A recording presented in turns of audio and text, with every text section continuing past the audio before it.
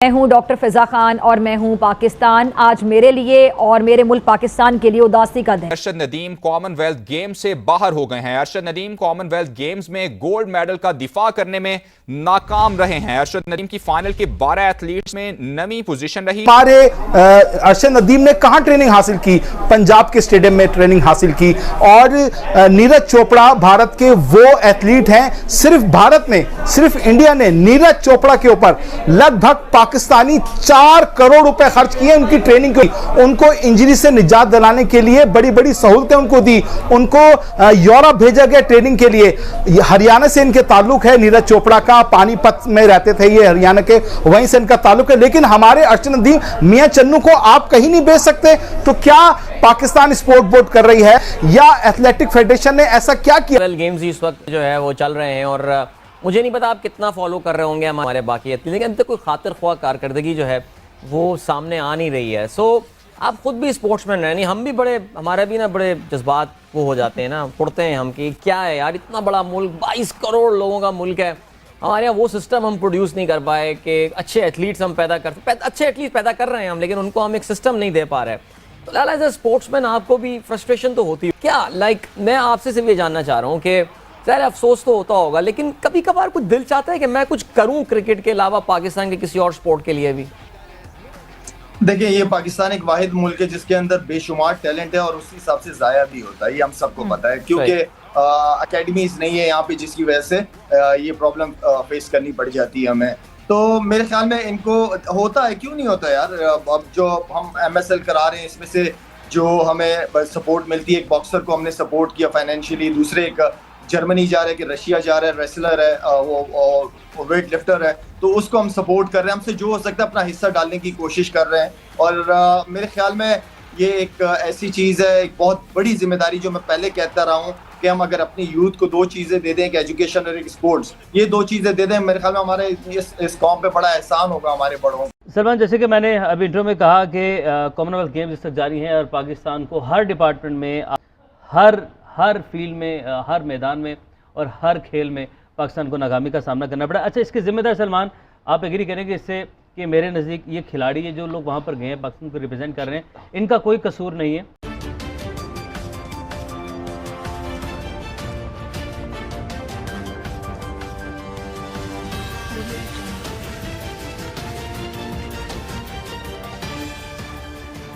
Hello friends, मैं हूं आपका होस्ट और दोस्त नीरज और आप देख रहे हैं न्यूज़ स्मार्ट।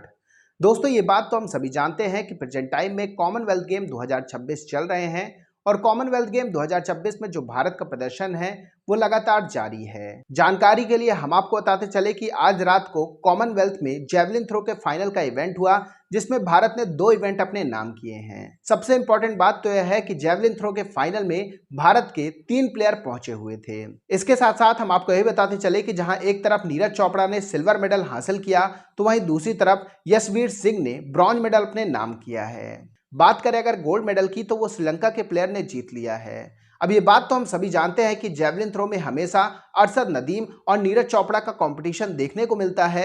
बताते चले कि इस मैच में अरशद नदीम बहुत पीछे छूट गए हैं, वो पहले राउंड से ही बाहर हो गए थे।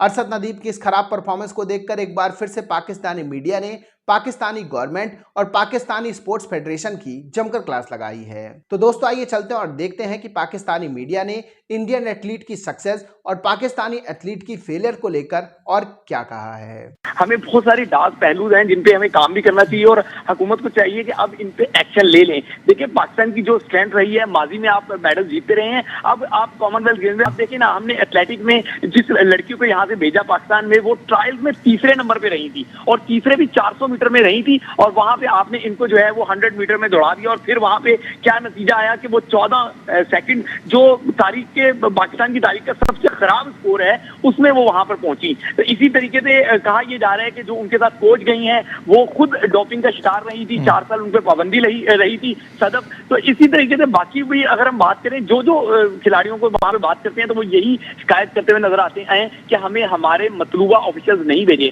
कोच का किरदार स्पोर्ट्स में बहुत ज्यादा होता है और यहाँ पे जॉय राइड ट्रिप के लिए आपने उन लोगों को भिजवा दिया जो 60-65 साल के। अब जिम्नास्टिक में आप देखें कि 40 साल तकरीबन उनकी एज हो गई ही हमारे जो जिम्नास्ट थे वहां पर गए और वो जो भी अटेम्प्ट किया उसमें वो गिरे, किसी एक भी अटेम्प्ट में उन्होंने जो है फिनिशिंग खूबसूरत नहीं कर सके और उनके साथ जो ऑफिशियल गया वो 71 साल का था। इस तरीके से जज हसाई फंड की कमी है, उस पर आपने काफी आवाज उठाई है, जी स्पोर्ट्स भी आवाज बना, प्लेयर्स की आवाज बना और हर फोरम पे हमने आवाज उठाई है प्लेयर्स के बारे में। जो फंड्स की कमी है, क्या आपको लगता है कि एक वाहिद यही वजह है या आप समझते हैं कि जो ट्रांसपेरेंसी है वो पीछे कर रही है, क्योंकि जो फंड्स मिलते हैं वो भी सही जगह यूटिलाइज नहीं होते? बिलाखिर हुकूमत की जानिब से फंड्स दे दिए गए थे। अब काम बनता है पाकिस्तान मैनेजमेंट का कि इन फंड को बेहतर तरीके से यूटिलाइज करे और अपने खिलाड़ियों को टाइमली पेमेंट भी करे और खिलाड़ी जो है अपना क्योंकि देखा जाए अगर उनकी परफॉर्मेंस जो है वो ऑब्वियसली फाइनेंशियल मैटर बेहतर होंगे तो उनकी परफॉर्मेंस पे भी फर्क पड़ेगा। 2014 के बाद उन्होंने अपना पूरा प्रॉपर सिस्टम चेंज कर दिया। उन्होंने बेंगलोर के अंदर अपना हाई परफॉर्मेंस सेंटर बनाया। उन्होंने बेहतरीन जो अपने प्लेयर्स की के बाद उन्होंने अपने प्लेयर्स का जो है वो हॉस्टल्स को बेहतर किया, उनके सिस्टम्स को बेहतर किया, उनके लिए हाई परफॉर्मेंस सेंटर में जिम बनाए, स्विमिंग पूल्स बनाए, उनका पूरा क्वालिफाइड स्टाफ लाया। तो आज देख ले। तो दोस्तों जैसे कि वीडियो में आपने देखा कि एक बार फिर से पाकिस्तानी मीडिया का रोना शुरू हो चुका है। पाकिस्तानी मीडिया ने कहा कि अरशद नदीम ने पंजाब में ट्रेनिंग की है, तो वहीं दूसरी तरफ नीरज चोपड़ा यूरोप में ट्रेनिंग कर रहे थे। यह दर्शाता है कि पाकिस्तान में क्या फैसिलिटी मिल रही है और इंडिया में क्या फैसिलिटी मिल रही है। जानकारी के लिए हम आपको बताते चले कि नीरज चोपड़ा इंजरी के बाद कमबैक कर रहे थे। उनका प्रदर्शन अभी तक उतना खास रहा नहीं, लेकिन इस इवेंट में उन्होंने शानदार प्रदर्शन करके दिखाया है।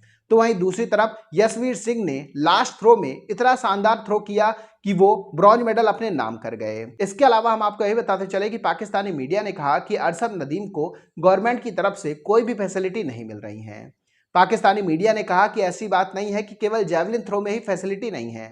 पाकिस्तान में जितने भी स्पोर्ट्स हैं, पाकिस्तान में जितने भी एथलीट हैं, किसी को भी अच्छी खासी फैसिलिटी नहीं मिल रही है। जानकारी के लिए हम आपको बताते चले कि पाकिस्तान ने कॉमनवेल्थ में केवल एक ही मेडल हासिल किया है। इस बात से आप समझ सकते हैं कि पाकिस्तानी एथलीट की परफॉर्मेंस कितनी गंदी रही है। पाकिस्तानी मीडिया का यह भी कहना है कि ये जो एथलीट की परफॉर्मेंस निकलकर सामने आ रही है वो रिफ्लेक्ट करती है कि हमारे कंट्री की कंडीशन किस तरीके की है। पाकिस्तानी मीडिया ने कहा कि जब भी आप स्पोर्ट्स में आगे बढ़ते हैं ये इंडिकेट करता है कि आपकी कंट्री आगे बढ़ रही है, लेकिन जिस तरीके से पाकिस्तान में स्पोर्ट्स का डाउनफॉल हो रहा है यह कहना बिल्कुल भी गलत नहीं होगा कि वो पाकिस्तान की इकॉनमी को पूरी तरीके से शो करती है। पाकिस्तानी मीडिया ने कहा कि एक तो गवर्नमेंट हमें पैसे नहीं देती है और अगर गवर्नमेंट हमारे स्पोर्ट्स फेडरेशन को पैसे दे भी देती है तो स्पोर्ट्स फेडरेशन वाले आपस में ही खा जाते हैं। एथलीट के पास पैसे आते ही नहीं हैं। एथलीट अपनी डेली रूटीन के लिए भी पैसे नहीं कमा पा रहा है। पाकिस्तानी मीडिया ने कहा कि जब तक एथलीट फाइनेंशियली फ्री नहीं होगा वो किसी और चीज पर ध्यान लगा ही नहीं सकता है। भाई उसे अपने घर का पेट भरना है, यहाँ तो आटा भी इतना महंगा है कि आप सोच नहीं सकते हैं। इन सब चीज़ों को लेकर पाकिस्तानी मीडिया ने कहा कि अगर आप चाहते हैं कि आपके एथलीट भी कुछ अच्छा खासा कर सके तो आपको भी अपने एथलीट के ऊपर पैसे खर्च करने पड़ेंगे, जिस तरीके से आज इंडिया खर्च कर रहा है। तो दोस्तों अभी के इस वीडियो में बस इतना ही। तमाम अपडेट्स के लिए आप बने रहिए न्यूज मार्ट के साथ। सुनो, चैनल को सब्सक्राइब करो, उसके बाद घंटी बजा देना ताकि अगली वीडियो आपसे मिस ना हो पाए। Thank you.